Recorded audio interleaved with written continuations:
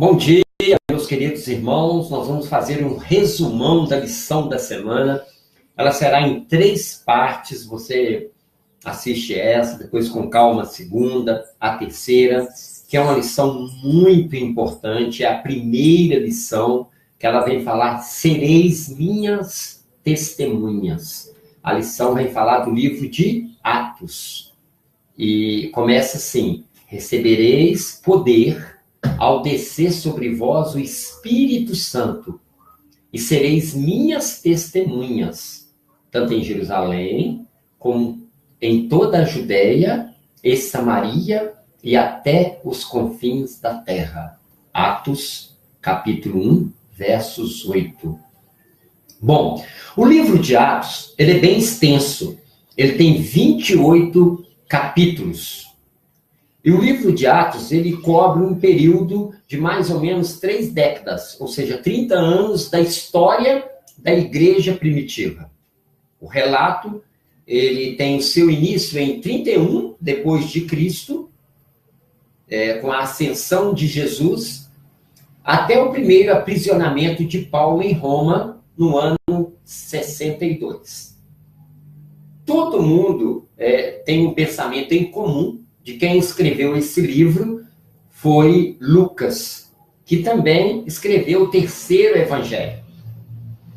Tendo Atos e Lucas como autor Lucas, automaticamente a gente pode dizer que Lucas foi o que mais escreveu no Novo Testamento. Em segundo aí é Paulo, mas primeiro seria Lucas. Lucas era grego, então ele era incircunciso, né? Era médico, o apóstolo Paulo falou que ele era médico, e ele foi um auxiliar de Paulo dentro desse ministério.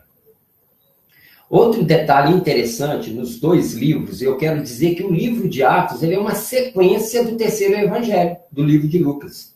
Inclusive, os últimos capítulos do livro de Lucas estão nos primeiros capítulos do livro de Atos. E todos os 2 livros foram dedicados a Teófilo, né? E tudo indica que era um homem de importância, pela maneira com que Lucas dirige a ele. Provavelmente Teófilo seria um patrocinador dos escritos de Lucas, que era muito comum na época. Ou pode ser também um interessado, né? Um simpático pela religião judaica. Quais são os temas principais do livro de Lucas? Missão da igreja, exaltação de Cristo, e com a exaltação de Cristo, a vinda do Espírito e a universalidade do Evangelho. Jesus, ele ordena os seus discípulos a ficarem em Jerusalém e ser revestido do poder, e depois sair para testemunhar. Testemunhar aonde? Né? Então ele começa com Jerusalém, Judéia, Samaria e até os confins da terra. E isso é claro no livro de Atos. No capítulo 1 até o capítulo 7 está registrado o evangelho em Jerusalém. Né? Do capítulo 1 a 7, Samaria e Judéia. E do capítulo 8 a 12, os confins da terra. Ou do capítulo 13 a 28, até os confins da terra. Então, eu vou repetir para você. Os capítulos 1 e 7, Jerusalém. Os capítulos 8 a 12, Samaria e Judéia. E dos capítulos 13 ao 28, os confins da terra. Alguns grupos nós vamos notar no livro de Atos, que seriam os judeus.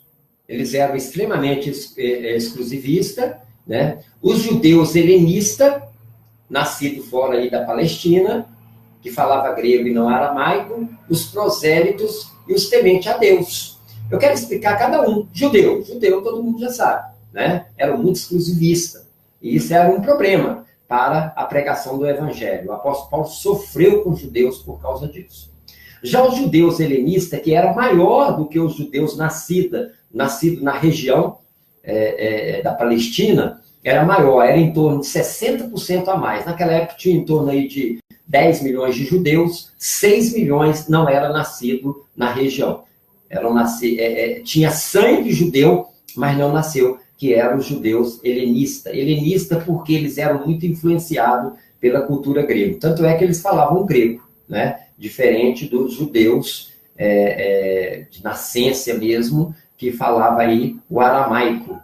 Também os prosélitos. O que eram os prosélitos? Os prosélitos eram aqueles que se convertiam ao judaísmo, e eles se tornavam um judeu convertido, né? E tinha eles tinham 3 missões, eles tinham que aceitar 3 situações ou 3 ordenanças para se tornar um judeu, que teria que ser o batismo para limpar de todas as questões imundas, né? Então tinha que passar pelo batismo, a circuncisão era obrigatório e também levar uma oferta para Jerusalém. Mas essa poderia passar por cima, porque às vezes moravam longe, mas não era necessário, mas não tão necessário assim. Eles tinham também todos os direitos ali, como judeus, exceto, né, que uma prosélita ela não poderia casar com um sacerdote e nenhum prosélito poderia fazer parte do sinédrio, né? E os tementes a Deus, né? Os tementes a Deus são aqueles que simpatizavam com os judeus pelas questões dos judeus saberem administrar o dinheiro, pelo fato dos judeus cuidarem da saúde, isso chamava atenção e eles eram simpatizantes. Mas, ao mesmo tempo, eles não gostavam da atitude dos judeus de ser exclusivista. Um dos casos desses aí seria o Cornélio, que Pedro teve um encontro com ele. Então, eles eram tementes a Deus, liam a Bíblia, frequentavam os cultos, todavia não se convertiam, não se batizavam por causa desse problema com os judeus. Então, esses eram os tementes a Deus. São essas classes que nós vamos falar muito no livro de Atos dos Apóstolos. A igreja apostólica primitiva, igual muitos acham, ela não era perfeita, ela era cheia de problema, eram preconceituosas, né? Interpretavam as escrituras tentando buscar aquilo que era conveniente, aguardava a vinda de Jesus a todo custo para os seus dias. Embora seja importante você aguardar a volta de Jesus para os seus dias, você tem que ter cuidado de não tomar decisões equivocadas.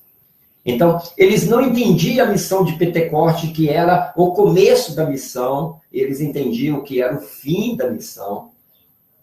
Jesus falou para eles pregarem, depois saírem, eles não saíam para pregar.